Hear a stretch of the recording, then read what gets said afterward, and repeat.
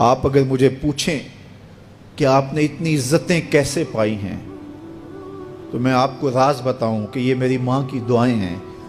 میں آپ کو راز بتاؤں یہ میرے باپ کی سحری کے سجدوں میں بہنے والے آنسو ہیں. میں بتاؤں کہ یہ میرے اساتذہ کی شفقتیں ہیں، میرے مرشد کی نگاہ ناز ہے. لیکن میں آپ کو یہ راز آج بتانے لگا ہوں کہ آج اگر میں عزت کی اس مسند پہ بیٹھا ہوں تو میں نے طلباء کی خدمت کی ہے. جب یہ سوئے ہوئے ہوتے تھے تو میں ان کی لیٹرینیں صاف کیا کرتا تھا. آج اللہ نے مجھے ان بچوں کے قدموں کے صدقے سے عزتیں دی ہیں. یہ حافظ قرآن بچے، یہ طلباء، یہ اللہ کے مہمان ہیں. صحیح حدیث میں آتا ہے کہ طالب علم کے پاؤں تلے اللہ کے نوری فرشتے پر بچھاتے ہیں جن پر رحمتیں اترتی ہیں، جن کے نیچے فرشتے بھی پر بچھا رہے ہیں. تم نے ان پہ بم گرائے اور انسانیت خاموش ہے. ہمارے استاد فرماتے تھے کہ ایک دارالعلوم تھا، وہاں طلباء پڑھتے تھے. تو یہ بچے ہوتے ہیں، بالخصوص حفظ کی کلاس کے بچے چھوٹی عمر کے ہوتے ہیں، اور اس عمر میں بچوں کی شرارتیں، بچوں کی اٹکیلیاں، یہ ان بچوں کے بچپنے کا حسن ہے. بعض لوگ ہمارے پاس آتے ہیں کہ یہ بچہ شرارتیں بہت کرتا ہے، دم کر دیجئے. تو میں کہتا ہوں یہ شرارتیں ہی تو ان کی عمر کا حسن ہے. جب بڑے ہو جائیں گے تو یہ سنجیدہ ہو جائیں گے. وہ ایک شاعر نے کہا تھا مجھے اچھا نہ لگا بچوں کا جوان ہونا. جب چھوٹے ہوتے ہیں تو ان کی شرارتیں ان کا حسن ہوتا ہے. تو وہ سکول میں پڑھتے ہوں، وہ جامعہ میں پڑھتے ہوں، یا وہ کسی فیکٹری میں وہ معصوم بچے کام کرتے ہوں، کسی ڈھابے پہ چائے بیچتے ہوں، تو ان کی طبیعت میں وہ شرارتیں ضرور ہوتی ہیں. یہ ایک بچوں کے بچپن کا حسن ہے. تو وہ بچے تھے اور شرارتی مزاج تھا، اور ایک شخص ان کی خدمت کیا کرتا تھا. کبھی وہ گھی کا کنستر اپنی کمر پہ لاد کے لا رہا ہے، کبھی وہ آٹے کی بوری اپنی کمر کے اوپر لاد کے لا رہا ہے، اور بچوں کی خدمت میں لگا رہتا تھا. بچے تھے، کچی عمر تھی، شرارتی مزاج تھا. تو انہوں نے اس کا نام ڈال دیا حمار، گدھا.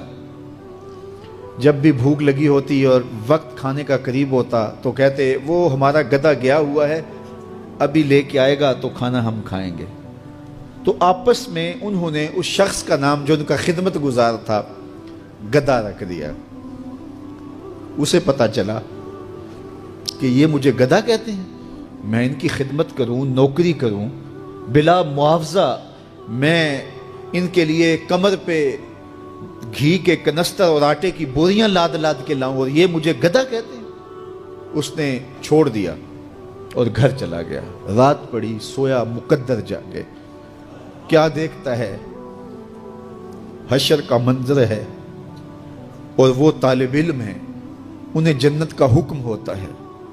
تو وہ اڑ جاتے ہیں اور ضد کرتے ہیں اور اٹکیلیاں کرتے ہیں، نہیں نہیں ہم نے جنت میں نہیں جانا جب تک ہمارا گدھا ساتھ نہیں جائے گا. یہ اٹھا اور آنکھوں میں آنسو تھے اور دوڑتا ہوا مدرسے آیا. کہا تم مجھے گدھا کہو، حمار کہو، کوتا کہو، میں نوکری تمہاری ہی کروں گا، کیونکہ تم اللہ اور اس کے رسول کے پیارے ہو. کتنے خوش نصیب ہیں وہ ماں باپ جن کے بچے حافظ قرآن بنتے ہیں. آپ کو پتہ ہے قیامت کے دن حافظ کا تو جو مرتبہ ہوگا وہ ہوگا ہی ہوگا.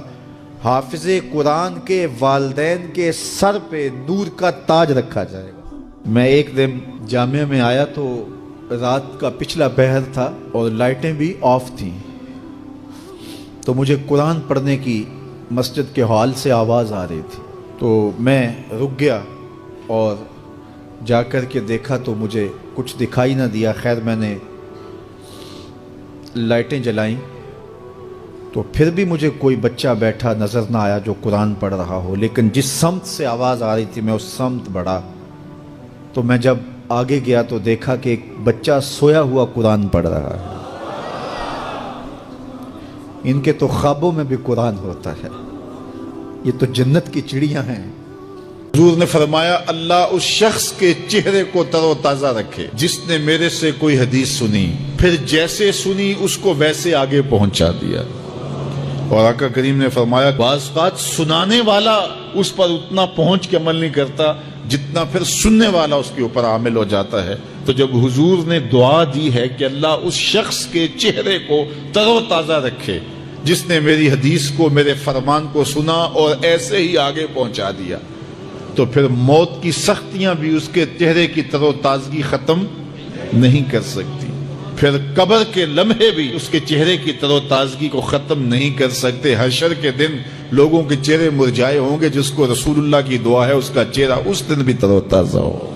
تو حضور علیہ الصلوۃ والسلام کے فرامین کو سننا، دیکھیے جو تفصیلی علوم ہیں ان کو حاصل کرنا، سیکھنا، یہ ہر ایک کے لیے فرض نہیں ہے، لیکن جو ضروریات دین ہیں ان کو سیکھنا یہ فرض عین ہے، یہ ہر ایک کے اوپر فرض ہے. اگر کوئی نہیں سیکھتا تو وہ گنہگار ہے.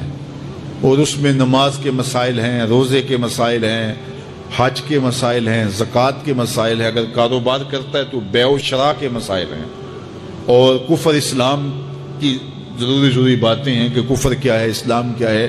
تو یہ ساری ضروری چیزیں جو ہیں ایمانیات سے جو تعلق رکھتی ہیں، ان کا سیکھنا جو ہے ضروری علوم کا، یہ ہر ایک کے اوپر فرض ہے. تو اس لیے آپ لوگ اپنا وقت کچھ نکال کر کے جو ہے وہ اس کے لیے صرف کریں اور ضروریات دین سیکھنے کے لیے کچھ فرصت کے لمحے نکالیں. لوگ کتنے طویل ڈپلومے کرتے ہیں، کاروبار سیکھتے ہیں، کن کن علوم میں مہارت ہے جو ہمارے لیے بالکل غیر ضروری ہے. کسی نوجوان کے پاس بیٹھ جاؤ نا تو وہ تمہیں بتائے گا کہ کس کرکٹر نے کس میچ میں کتنے سکور کیے تھے. لوگوں کی یہاں تک معلومات ہیں، اور وہ 15 سال پرانا میچ ہے، اس کے اندر کس نے کتنے آؤٹ کیے تھے، کتنے وکٹیں لی تھیں، کتنے جو ہے وہ اس نے سکور کیے تھے، اور اس کی پوری زندگی کے سکور کتنے ہیں، کیسی کیلکولیشن ہے اور کس قدر لوگوں کا پکا حساب ہے. یہ وہ چیز ہے جس کا نہ دنیا میں فائدہ نہ آخرت میں فائدہ، لیکن دلچسپی ہے نا. جس چیز سے دلچسپی ہو تو وہ چیز خود بخود ازبر ہوتی چلی جاتی ہے. دلچسپیاں انسان کو جو ہے وہ کسی چیز کو یاد کرنے میں مدد دیتی ہیں. ایک عرب شیخ کہہ رہا تھا کہ ہم ماضی میں پڑھتے تھے کہ ہمارے اسلاف، ہمارے بزرگ ایک رات میں پورا قرآن ختم کر لیتے تھے. تو وہ کہتا ہے میں سوچتا تھا کہ ساری رات قرآن بندہ پڑھتا رہے تو کس طرح ممکن ہے. تو کہتا ہے میں اپنے بچوں کو دیکھتا ہوں کہ وہ جو ہے وہ موبائل کے ساتھ لگے رہتے ہیں، اور فجر کی اذان ہو جاتی ہے تو وہ تب چونکتے اچھا رات گزر گئی. تو میں کہتا ہوں نوجوان کی دلچسپیاں کچھ اور ہیں، اور وہ بھی اس شغف کی وجہ سے ایسا کھبا کہ رات گزر گئی اور اس کو پتہ ہی نہ چلا. تو جن کو قرآن کا نشہ ہو گیا تھا ان کی ساری راتیں